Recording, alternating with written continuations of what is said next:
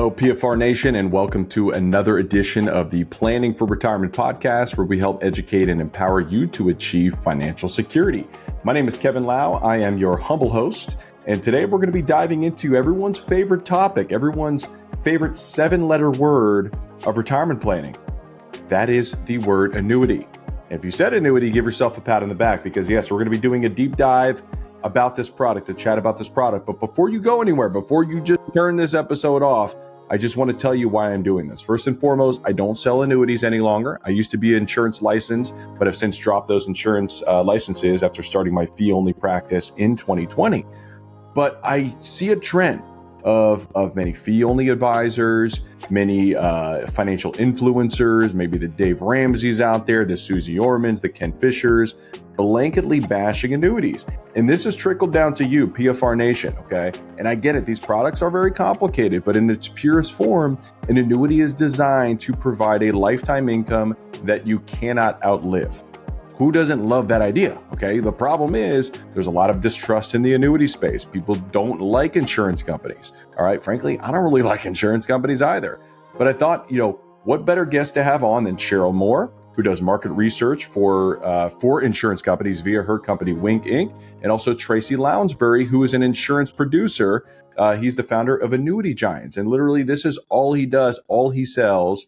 And I do have to qualify that he does work with other licensed financial advisors who help with the planning. So he doesn't just go out there and pitch annuities blanketly. He is thinking about annuities in the context of an overall retirement income plan. But both of my guests are very much pro annuity. But they also have no problem calling out the BS in the industry and the misguided sales tactics. So I thought I'd have both of them on to have an open and honest conversation about why this annuity bias is out there and what you, the PFR Nation, should be on the lookout for in terms of positioning annuities as part of your overall retirement income plan. So I hope you guys find it valuable. And without further ado, here's my interview with both Sheryl and Tracy.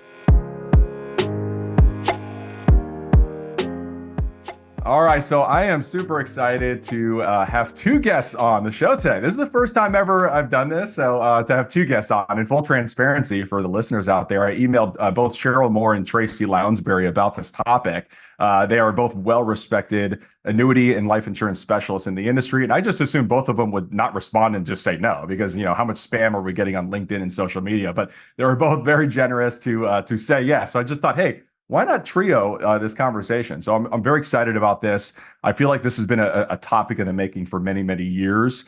In my experience, starting in 2008, working for one of the major insurance carriers and selling life insurance and annuities, and sort of being a little bit disenfranchised with that side of the industry, and then moving over to TIAA, doing more of the hybrid model, wealth management, doing some insurance and annuities as well, and then ultimately launching my own fee-only firm in 2020. And it's just in observing how different advisors and different consumers sort of view annuities, I'm just like, okay, I finally feel like I found my place in terms of where annuities fit in overall plan. But there's a lot of sort of annuity bashing out there, both from consumers and advisors. And I want to do the best we can to create an unbiased, or maybe not even an unbiased review, because we all have our biases, but sort of like an objective conversation. Because truthfully, Sheryl and Tracy, y'all are coming from the annuity space. So Sheryl, the founder of Wink Inc., and also the founder of More Market Intelligence, is an expert in the annuity space. She is the most connected person in the life insurance and annuity space, and so she's obviously a big fan of annuities and a big fan of index products. Recently wrote a book about index life insurance or indexed annuities. And Tracy is a life insurance agent and annuity agent for Annuity Giants, and he's been running his own firm since 2019, I believe, after doing some work in the Medicare space and sort of finding his niche in annuities. So y'all are sort of very much pro annuities. For me, I feel like I kind of deviated away from that and said, okay, I started doing that, didn't like how that model was going, went away from it, launched my own fee-only firm, and now I'm like, I had a conversation over the last couple of weeks with some clients, and I'm like, there needs to be some more education, unbiased education on annuities. So we're going to talk about a lot today, but Sheryl, I just want to first kick off the conversation by asking you a question. You mentioned you had 3 kids in diapers at one point. Were there some multiples in there, or tell me a little bit about that? No, I had my kids back to back. So I actually have two batches of kids. My first batch were all babies and diapers at the same time, and there's a 3-year spread in between my second batch of kids. Nice, nice. And Tracy, I saw I saw the bio you sent over. You have the singleton and then the identical twins. Is that right, Tracy? Yeah, I have a three, We almost 4-year-old, and then twin, 10-month-old boys. Yeah.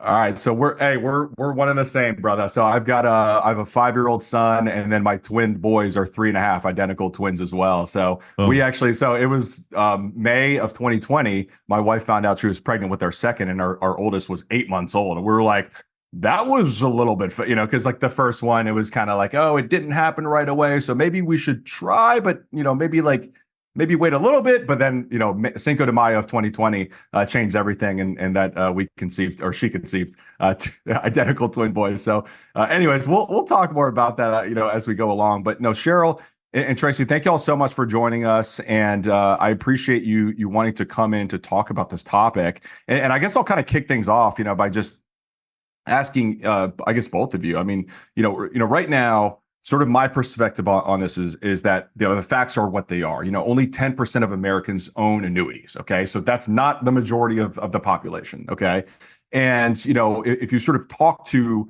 advisors out there or clients, there are biases on both sides, and it seems to be sort of all in favor against annuities or all in favor for annuities. And so I guess just sort of maybe setting the table here, Sheryl, we'll maybe start with you ladies first. Like, what are your thoughts on the perception of the annuity space over time? Because you've been in this for 20 years. Like, what has been that evolution up to this point, and what kind of work needs to happen going forward, to sort of change the landscape of how annuities are positioned for retirees? Yeah, so good question, Kevin. I would say 25 years ago, when I started in this business, I would see as many as 8 biased, inaccurate, negative articles about annuities in a single day. Fortunately, I run a market research firm, so we deal with facts, and we have established relationships with 55 different news media outlets to help with their fact checking when it comes to reporting on life insurance and annuities.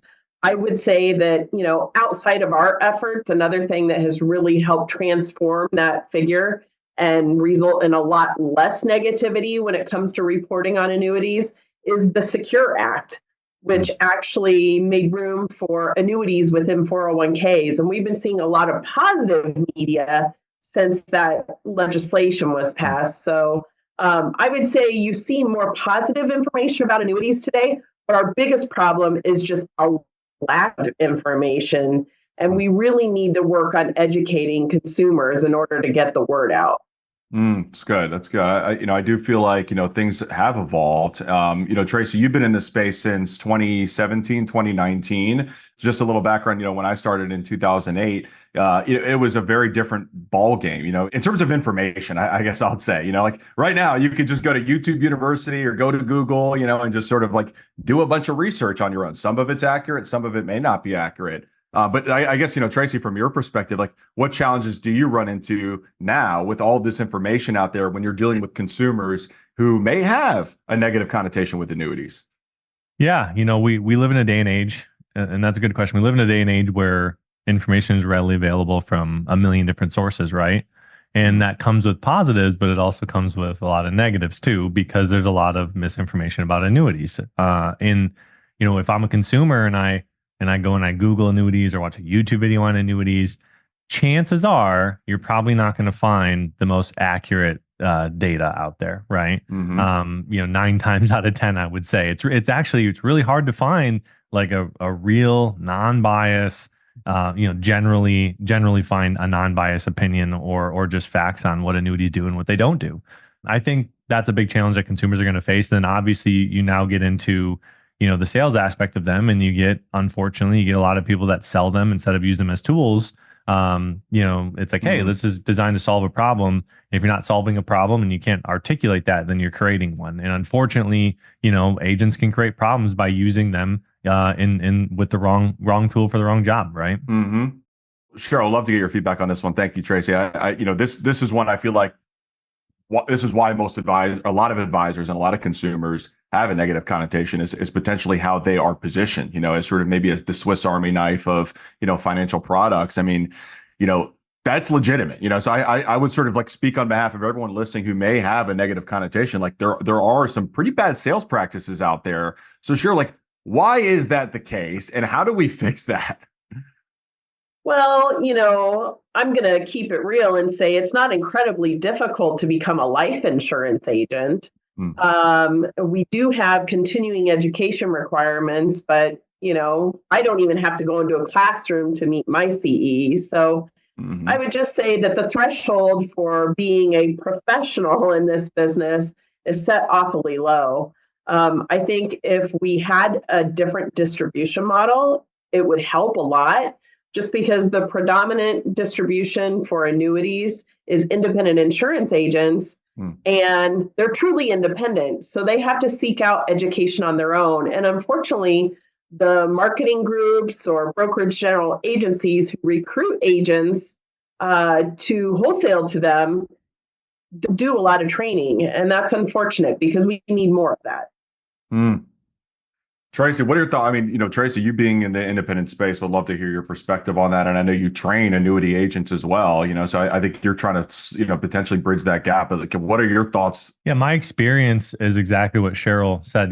Before I started connecting with people like Sheryl and others in the industry, you don't know what you don't know, right? You're ignorant. And I never have been in this industry to hurt anybody. I think that there's a lot less people that want to go out and actually commit fraud or whatever it is. I think it's just ignorance. And unfortunately, ignorance is, well, I should say, fortunately, it's not a defense against doing wrong, right? If you go and I was in police work. So if you go and you break the law and you didn't know it, I'm sorry, you still broke the law. You're still going to jail, right?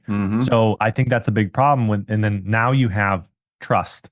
One thing that I do every time I do a kind of like an annuity one-on-one with consumers, I think it's my second slide. It says, trust me and I promise. And the first thing I say is, don't trust me and don't listen to my promises. Okay. Like you should never trust me. You should never listen to my promises. It should be facts on paper, right? If an agent can't reasonably articulate the facts on the paper and what it's going to do for you, because yes, annuity contracts are in a product in general, they're complicated sometimes, right? Some of them are pretty simple, but you'll read a contract and look at all the different definitions. They can like really go over even the most intelligent people's heads. So it is on paper. The contractual agreements are on paper. I think that if an agent knows what they're doing, an advisor knows what they're doing, they should be able to show somebody that. But unfortunately, a lot of them don't. And it comes back to who they're listening to, where they're getting their training, and then also the motivations behind everything, right? How are you motivated? If you're motivated by money, right? Well, you're probably going to make some mistakes. Kudos to Tracy for reading contracts. That is so rare in this industry. So I can see why I like him. He's just validating that. So good job. Thank you.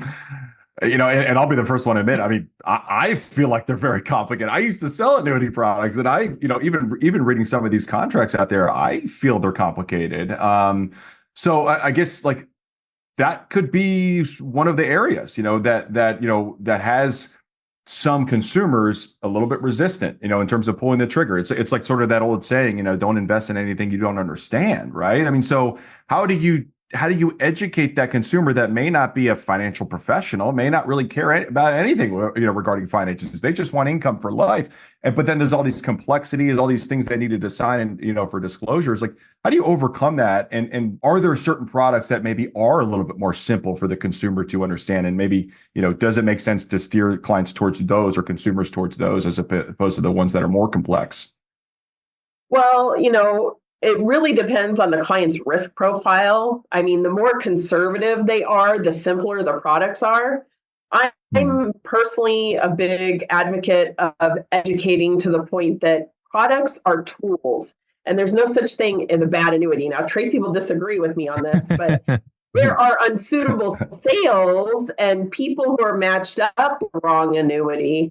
But these are just tools, and they've been unnecessarily complicated by the insurance companies that sell them, quite frankly, because you need to have these shiny, bright objects to attract independent insurance agents to sell your products.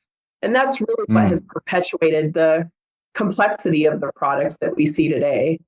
That is interesting. I do I do feel like the recruiting aspect is a big thing, because I was literally on a Facebook group, not even related to finance, but I was on a Facebook group. It was a golf Facebook group, and someone posted a screenshot of this insurance recruiter person who was basically spamming a bunch of people trying to recruit them in to make a side hustle of an extra 2,000 a month by selling insurance and annuity products. And I'm like, that's not helping trust in the industry. You know what I mean? Like, so this is continuing to happen, but ultimately, kind of what that person was leading with was that side hustle of 2,000 a month. It wasn't anything about helping people or doing what's right. It was strictly about income.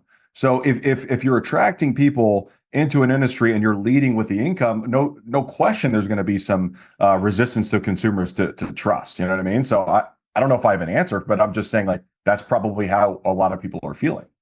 Well, the research shows that those individuals really don't have staying power in this industry. You can't sustain a business when what you're motivated by is entirely about money. And we see that the people who really care about their clients are the ones who are being successful in this market. Tracy, what do you think? Yeah, absolutely. I've definitely seen, brokerage houses or firms that I don't necessarily like the model that they use and they're successful, but it doesn't mean that they're doing things bad, right? It's just more difference of opinion. I definitely agree that, when you see somebody that's successful and they're honest and ethical and moral, and also they're transparent, right? Because transparency is a big thing here, right? And they're not just transparent on one-on-one, but they're transparent like on social media or whatever.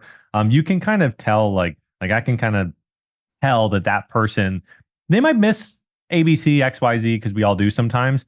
But it's never going to be something that's going to downright just absolutely hurt a client, right? I'm the type of guy that when I offer a product to a client, I really do want it to be the absolute best product for them, right? Like it's like kind of an OCD thing for me. So I do so much research to do that. But if it was like the second best for them or third best or fourth best, would it be bad? No, it's not bad. Yeah, maybe I didn't get them the best rate with this company or whatever it was. Does it still do what it needs to do? And is it still part of a overall, retirement plan that's optimizing ABC? Yeah, it is, right? And I think that's kind of like, where's the scale tip? Where does it go from, okay, this is good, this is good, this is good. Now it's tipping into this is not so good, right? I think that's kind of a gray area that's hard to see sometimes. So let's say as an advisor listening to this, or as a consumer listening to this, preparing for retirement, how do you go about comparing those different options? Because the contracts are complex in and of itself. Then you have maybe multiple options within that carrier. You have other carriers. How do you even begin to do that? Are you just strictly relying on a trusted agent to go out and do the research for you and pick the best product? But I'd love to hear your thought process on how you actually compare different products and how you decide this one's better than that one. Well, my personal perspective is that even the people who sell annuities struggle with this. We have over 4,000 different annuities that are available for sale today. Good night.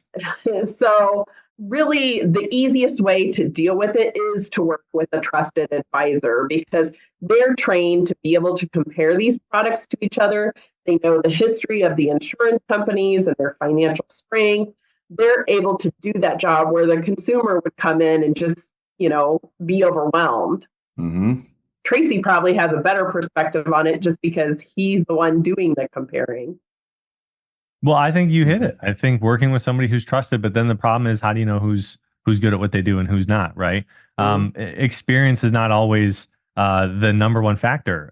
Age, somebody's age or how long they've been in the industry or how much they have in assets isn't always the factor either. I've seen billion-dollar RIAs that don't know jack baloney about annuities. So, that stuff happens. So for me, again, I think it really just comes back to, if you're working with somebody and they can't reasonably articulate what the guarantee is. I always tell people that there are performance factors on certain types of annuities. And yes, those are to be taken into consideration. But an annuity really, at its heart, is designed to be that, that contract, and you're really supposed to be purchasing it based on what the contract says it will do, not, as as Stan the Annuity Man would say. You purchase it for the will do, not what it might do, right? Yeah. And so that's a philosophy that I think I've been following a lot lately. Over the last few years is let's look at annuities for what they absolutely will do. And if you can't see it on paper, and it can't be reasonably articulated to you, you kind of can smell baloney from a mile away then, So that's for a consumer standpoint, look for that. So I think that's a good point because, like in terms of what's on paper, a lot of these annuities are sort of hypothetical, especially if they're index products, if they're fixed products. I think that's very easy to understand. Just me personally, it's like basically it's kind of like a CD, but it's in an annuity wrapper. It's essentially what it is. But some of these index products or variable products are a little bit more complicated, and that's I think one of the challenges that I have and others have is like these illustrations that are out there that I see. Let's say a client gets an illustration for an index life policy or an index annuity, and they run it by me, and I'm like, interesting assumption here. You know what I mean? That you're going to assume an 8% compounding every year with no downside. Like, how do you, like a consumer would never catch that, but obviously I'm looking at that, I'm like, that's total BS, right? So, how do we address the illustration piece, and like, should consumers really like how do you sort of push back against your agent to say, hey, is this assumption right, or what are those assumptions embedded in there? I don't know. I'm especially critical of illustrations just because I used to be an illustration software developer. I have worked as an expert witness on a lot of lawsuits that involve illustrations. I like to say the only thing that they prove is that ink will stick to paper. And really, I hold the insurance companies accountable for the deception that is associated with illustrations. I know Tracy spends a lot of his time picking apart illustrations and training insurance agents on those. There's particularly some indexing methods that are perpetuating the problem. And I personally appreciate the education that Tracy does to help other people understand that an 8% linear return is not reasonable on a product that can earn 0% interest. That's good. Well, I think that's good for the bias, the starting point in the bias. I think there is a lot of bias out there, and me reaching out to you guys stemmed from a conversation I had with a client that we were working with, where they had accumulated roughly $6 million in assets, married couple with no children, no big charitable goals, but, ultimately they were like, hey, if whatever's left over will go to charity. I was doing the discovery meeting, the fact finding meeting with them, and just taking some notes, getting a feel for what they're spending, what their objectives are. And I'm like, just trying to pick apart what their thought processes was, because they kept harping on that. And by the way, before they started working with us, they've been DIY investors. They've been reading a bunch of Wade Pfau and, the 4% rule, right? So they were kind of staying in that 4 or 5% rule. And I'm like, you're going to die with a lot more money than $6 million if you continue on the path you're going. And they're also pretty aggressive from their investment allocation. And I just kind of brought it up. I'm like, hey, listen, I don't sell annuities, but listen, have you ever considered one? I was straight up with them. And, the wife's face was just like, oh, no, never. And it was interesting because she's read a lot of Wade Pfau, but still kind of didn't really get the idea that, like, hey, it might be nice to have some income flooring. But ultimately, in the second meeting, so that was after the first meeting, and I was like, there was a definitely a negative connotation there. But the second meeting, I simply positioned it and I said, hey, listen, you've been spending 4% of your portfolio because you're so worried about running out of money. And I ran a SPIA quote, a single premium immediate annuity, for those of you that don't know what a SPIA is. And that's essentially like your purest form of an annuity, is a guaranteed pension, essentially. You're creating a pension for life. And I had my insurance partners running a SPIA quote, and it was a 6.8% payout rate at the time. I think rates have dropped a little bit since that illustration, but a 6.8% payout rate for a joint 100% survivor. And I was like, hey, I didn't say that. I said, hey, Mr. and Mrs. Client, what if you could spend down 6.8% of your portfolio guaranteed forever as long as you live? How do you feel about that? And they were like, oh my gosh, how would we do that? I'm like, you buy an annuity. And they're like, oh my gosh, like it kind of clicked for them that an annuity is for guaranteed income. It's not for these shiny, but generally speaking, not for all these shiny bells and whistles and these smoke and mirrors. So like kind of my perspective is that's where I'm really comfortable with annuities, is basically just turning on the income switch and that guaranteed income floor. And so that kind of resonates with me. But what about for those folks that are accumulating assets? Should they be purchasing annuities in their 40s, 50s, and 60s well before they retire? And if so, why? I'll be honest, I'm not the biggest fan of annuities over about a 10 to 15 year deferral period. I like them within that period of time. And the main reason is just because we've seen just life happens, right? So when you make this kind of commitment towards this one thing, okay, I'm putting X amount of dollars here, I'm going to defer it X amount of time, I'm going to put premiums towards it. If you don't go through with it, it can be one of the worst investments you ever put your money in, right? It just does not do well, or you can't get your money out, or there's big penalties to get your money out. So I think in that phase of 40s and 50s, there's so many things in life that change. So many things in life. But then between 50 and 60 or 55 and 65, your planning is a lot easier, in my opinion. So to answer that question, I would say I like that space. I'm still not against it, but I like that space a little better for annuities. And then the reason why people should look at annuities in their portfolio as a general, right? So I'm not going to say everybody should have one, but in general, look into it. I think it's really just all about the concept of leveraging assets, right? So, you talk about the 4% rule, and this is something that you could argue the 3%, you could argue 5%. You can look at studies all over the board that can argue either one. It doesn't matter. 3, 4, 5 doesn't matter. So it's based on, essentially this concept of putting 50% in the market, 50% in bonds, and then you're withdrawing 4% plus inflation a year. Well, you start to run models on that over a long period of time. And what you find is that's not maximizing income. It's really more designed to maintain principal and maybe even grow assets. Yeah, it's not maximizing income.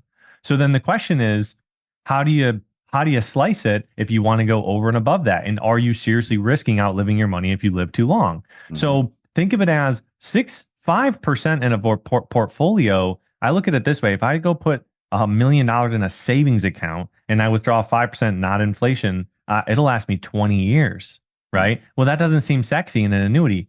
Well, what if the annuity was paying you 7, right? Or 8 or 9, right? Depending on your age, right? We work with a lot of clients in that 65 to 70 demographic, and you're right around 10% within like a 1-year deferral right now. Okay. That's a massive amount. That means essentially you don't have to follow the 4% rule, but it also means you don't have to put as much in to meet the income need. And that's the power behind an annuity. Is if you have $1 million portfolio and you want to solve for 40 grand, you only need 400 to do it in the annuity. That gives you 600 to go do whatever the heck you want with, invest it in the market, leverage inflation. I think it's all about leverage there, understanding that you can put less in, get more out, and you can make up for things like income or growth and other inflation. You can make that up with the other side of your portfolio. I think people forget that is a concept, and I would say that's the biggest thing that annuities do well.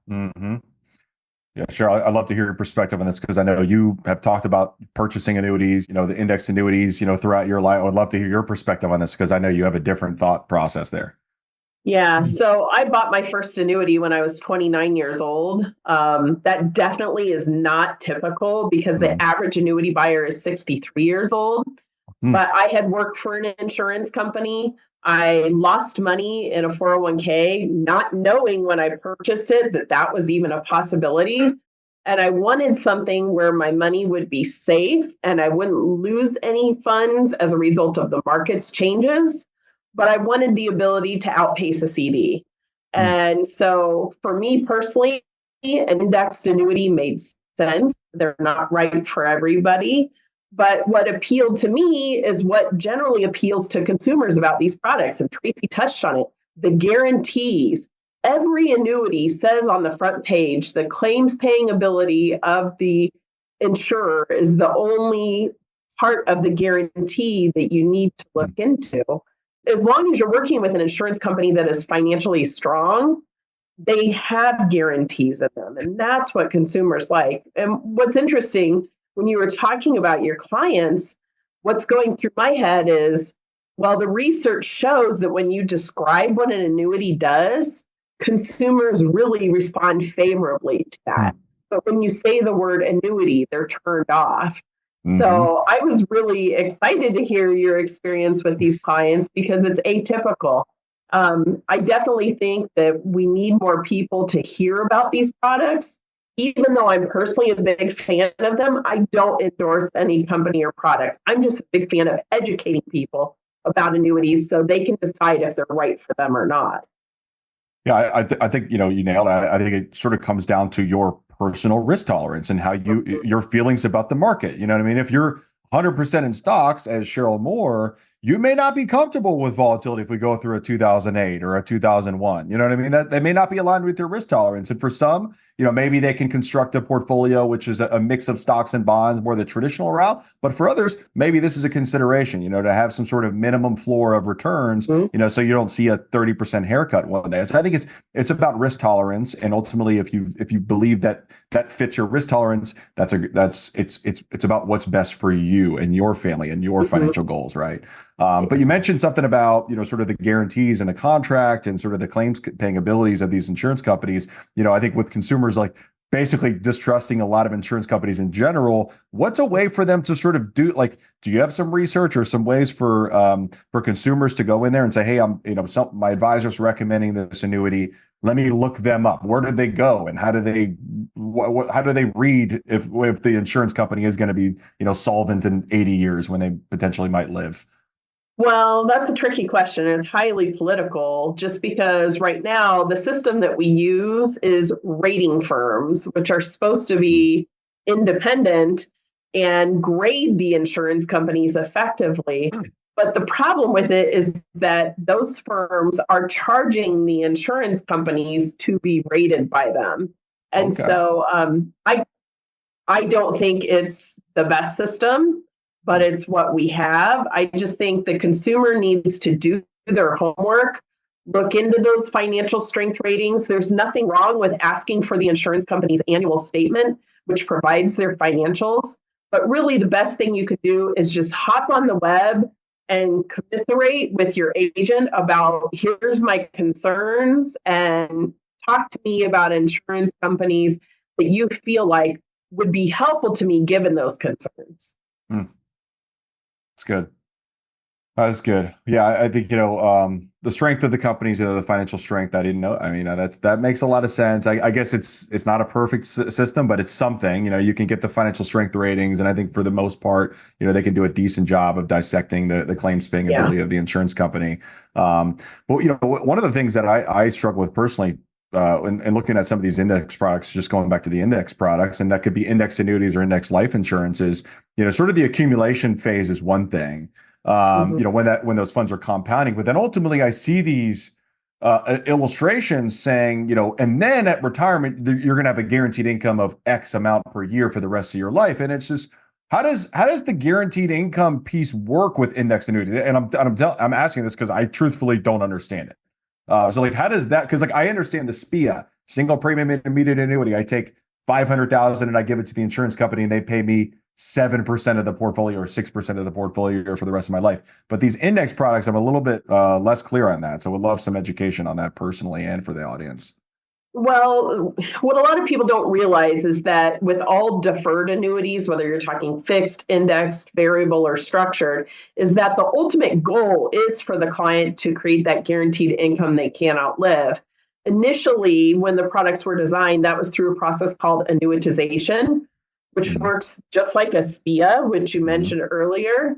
But, what's happened is a lot of people will buy a deferred annuity, and let's say it's a 7-year surrender charge. Well, at the end of 7 years, they might say, I'm not ready to retire. I'm not ready to start taking that income. And so they can continue to defer, or they can roll their annuity into another annuity in a tax-free exchange. But the whole point is that deferred annuities do just what a SPIA does. They guarantee an income you can't outlive. In fact, you can even purchase riders to provide a much more flexible income payment plan than you get through annuitization. Index annuities are no exception. I mean, they provide a guaranteed income you can't outlive. It's just while you're deferring that income, you're earning interest, and how you earn that excess interest differs based on what annuity you purchase.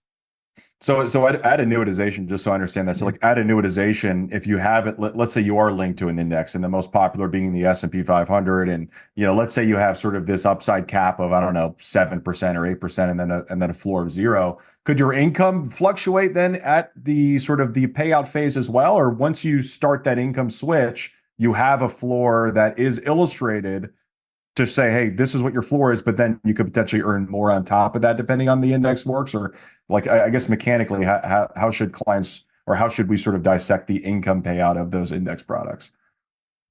On index products, the payout is fixed. On variable products, the payout can change once you annuitize, but with fixed and index products, the payout does not vary. Mm-hmm.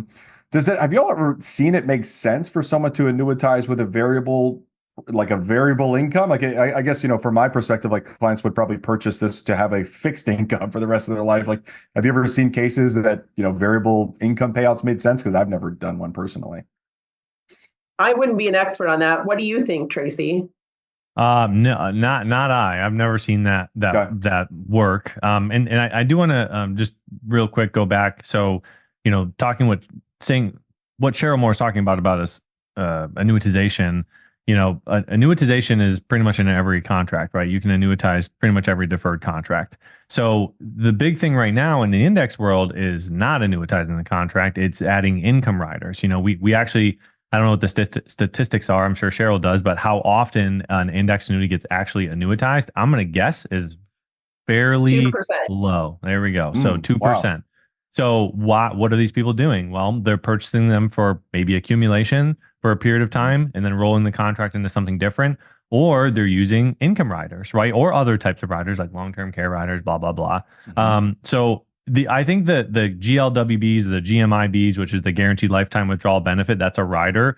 I think the reason why those are popular today is, as what Sheryl Moore said, is they're flexible, right? So going back to like payments, so a lot of these will have a fixed payment, but here's where you got to be careful. So for your audience is some carriers will design these to have a low starting payment, and then it'll be performance driven after that. And so an illustration will show, oh yeah, you start on your $1 million, it'll start at 50,000, then go to 55, and then 65, and then 75.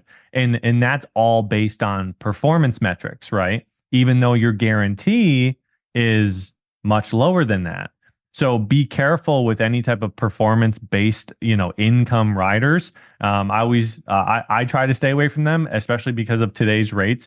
You don't need that. Being the fact that you can go out there and get an annuity for a much higher percentage that's guaranteed for life just makes no sense to add a performance metric to it. So a lot of the argument behind these index products is, okay, once I start this income, this illustration shows that I go broke in 12 years or 15 years. It's like, yes, because it's designed for income for the rest of your life, and there's nothing on planet Earth that will ever sustain a 10% withdrawal or an 8% withdrawal. It doesn't exist, right? It's not designed to exist that way.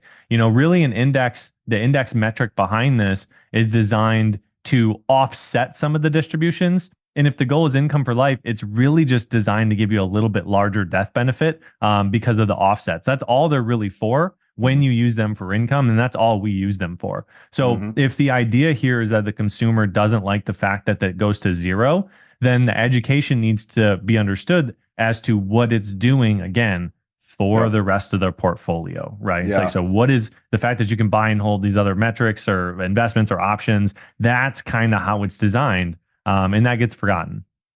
Yeah, and that's a great point. I feel like, I should just sort of like, talk a little bit about in terms of the planning software behind the scenes. Like when we're running models, okay, there's actually an argument.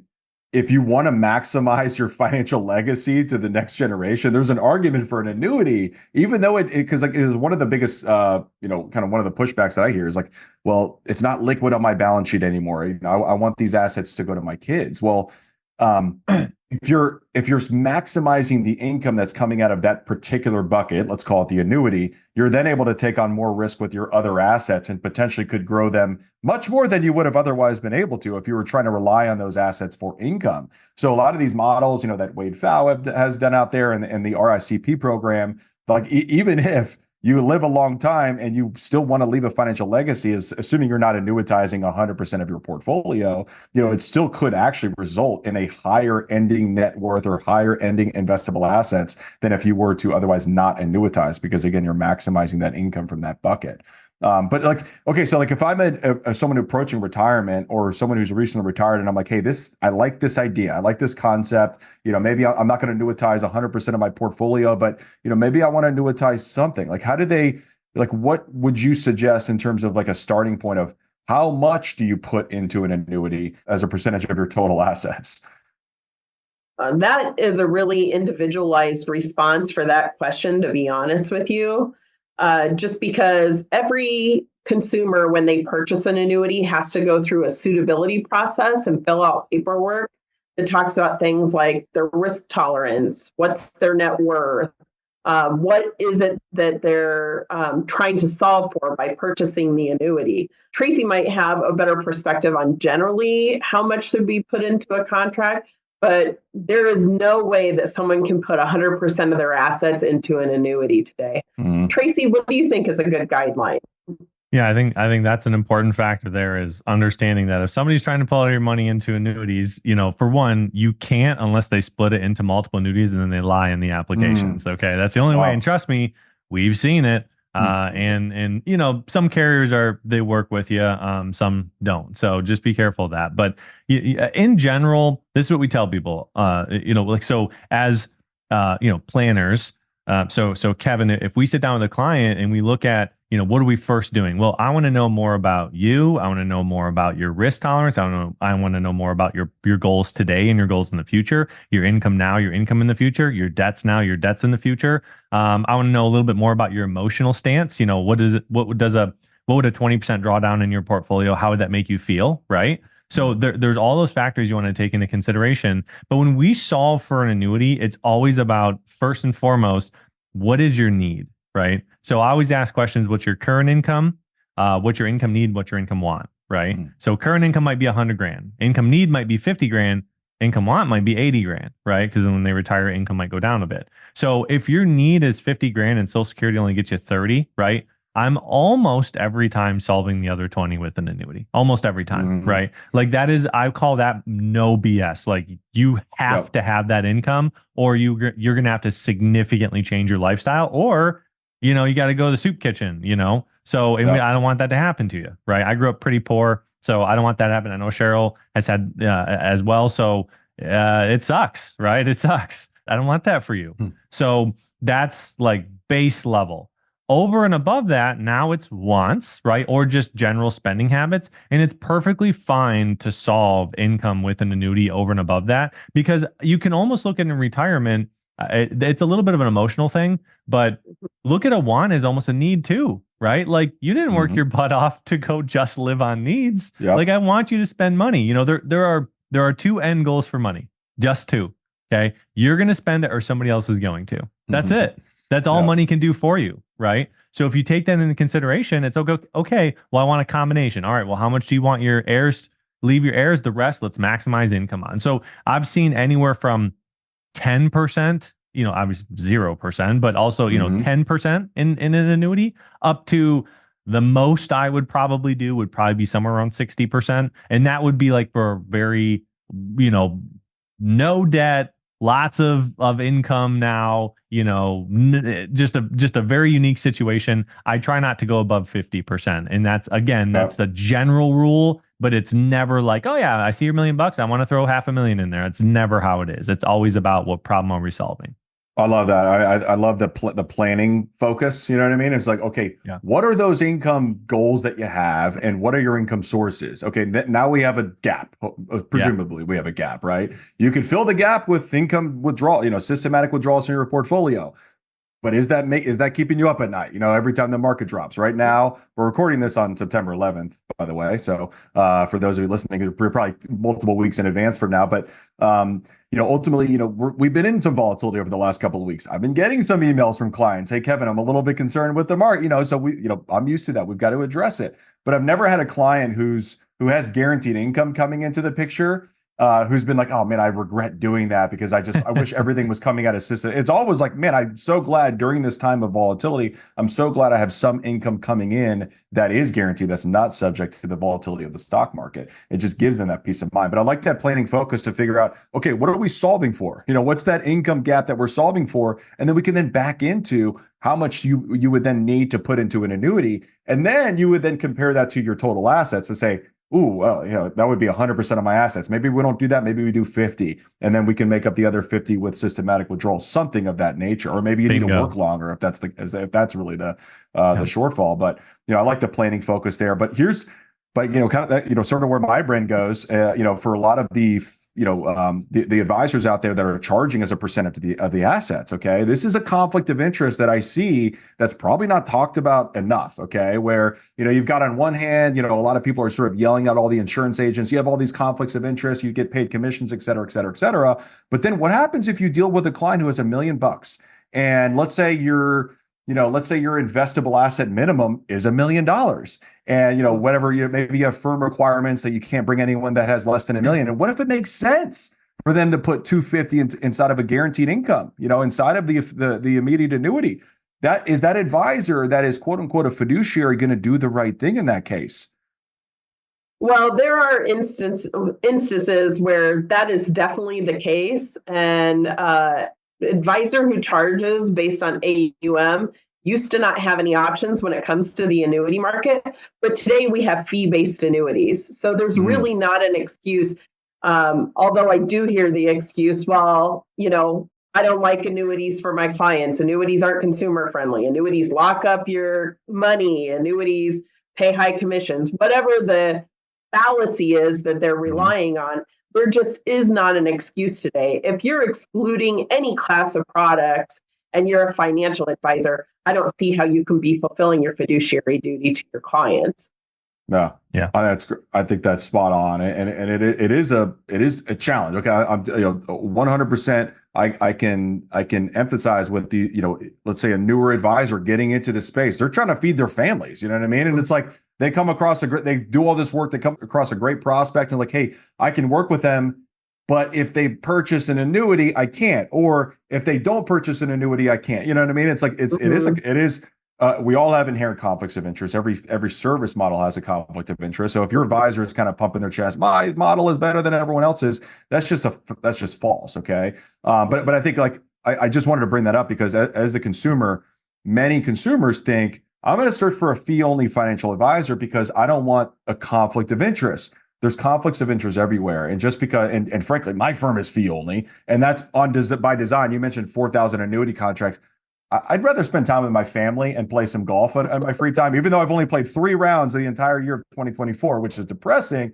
That's what I like to do in my free time. Okay. But mostly spend time with my family. I've got 3 boys that are young. They're only going to be young once. I want to be there for them. I don't want to comb through 4,000 annuity contracts. So that's why I don't sell insurance anymore. And I can just focus on the planning. And frankly, I feel like it's just a nice vibe when I'm working with clients and I'm like, hey, I don't make a commission on this. You've already hired me.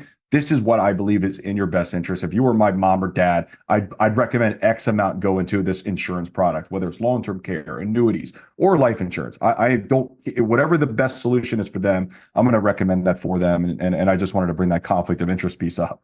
Anyways, I'm not pumping my chest like, my model is the best. I recognize every model has a conflict of interest. And I just wanted to just thank y'all for joining this conversation and just having an open and honest conversation about the annuity space, the state of annuities today, and sort of where the opportunities are going forward. But for those listeners that want to connect with you, Sheryl, Tracy, how can they follow along social media or connect with you in your business?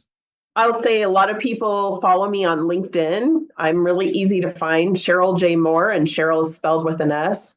But anybody who calls me or emails me gets a response. And in fact, Kevin, I don't want to make you feel less important, but everyone who asks me for a podcast gets a podcast too. All right. Okay. I'm super passionate about educating consumers about these products so they can decide if they're right for them. So just Google me, you'll be able to find me. Oh yeah, and highly recommend you follow Sheryl on LinkedIn. I love your content, Sheryl, that you put out. I just love that you're just brutally honest about it. Just call a spade a spade. So, and Tracy, you too. But Tracy, how could everyone connect with you and follow you along? Yeah, so for the advisors out there that just want to learn more about annuities, for me, again, LinkedIn, definitely active more this year on LinkedIn. That's where you can connect and follow me. And even if there's any consumers that have questions as well, you just reach out to me on LinkedIn and I'd be happy to answer questions. I like public forums too. So feel free to tag me in something. That means others can learn as well. So I really like that as well. Love it. Well, Tracy, Sheryl, thank y'all so much for joining. I thoroughly enjoyed it. And, maybe this isn't the last time we do this, but I appreciate it. In the meantime, y'all have a great rest of your week and hope everyone found value in today's episode. Thanks, Kevin. Thank you. Well, that's it for today's episode, everybody. I hope you found value in that conversation with Sheryl and Tracy. And if you liked their content, if you like their commentary, make sure to give them a follow on LinkedIn. Well, we're going to link both of their LinkedIn handles on in the show notes, and make sure to give them a shout out that you listened to the interview. Say, hey, you know what? I heard you on the PFR podcast, the Planning for Retirement podcast. Loved what you said. And let them know what you liked about the interview. And if you're new to PFR Nation, okay, if you're new to the podcast, but you're in that range of age 50 to 60, maybe you've done a nice little saving for retirement already. Maybe you've just cracked the 7-figure mark, or you're approaching the 8-figure mark. This podcast is for you. Make sure to hit that subscribe button, and also make sure to follow along the YouTube because in addition to posting our podcast every other week, we're also doing weekly fireside chats on the whiteboard. Okay, and this week I'm going to be doing 2 that are spinoffs of this particular topic around annuities. And last but not least, if you're interested in working with me one-on-one, I appreciate that. I do not take this lightly. I understand that you've worked decades to get to this point of saving for retirement, and now you're like, who do I trust getting to the finish line, getting through retirement? And so if you're interested in working with me one-on-one, you always start with the retirement readiness survey. It's going to be linked in the show notes. We are going to be shutting down any new client activity until the new year, likely in the next couple of weeks. Okay, we're already onboarding a few clients in the fourth quarter, and we do want to stay sane for the holidays, because we're also going to be doing end of year tax planning for our clients as well. So again, if you apply now, you most likely will be considered for the first quarter of 2025. And for everyone else, I appreciate all of you. I appreciate your support of the show and continuing to tune in. And until next time, this is Kevin Lau signing off.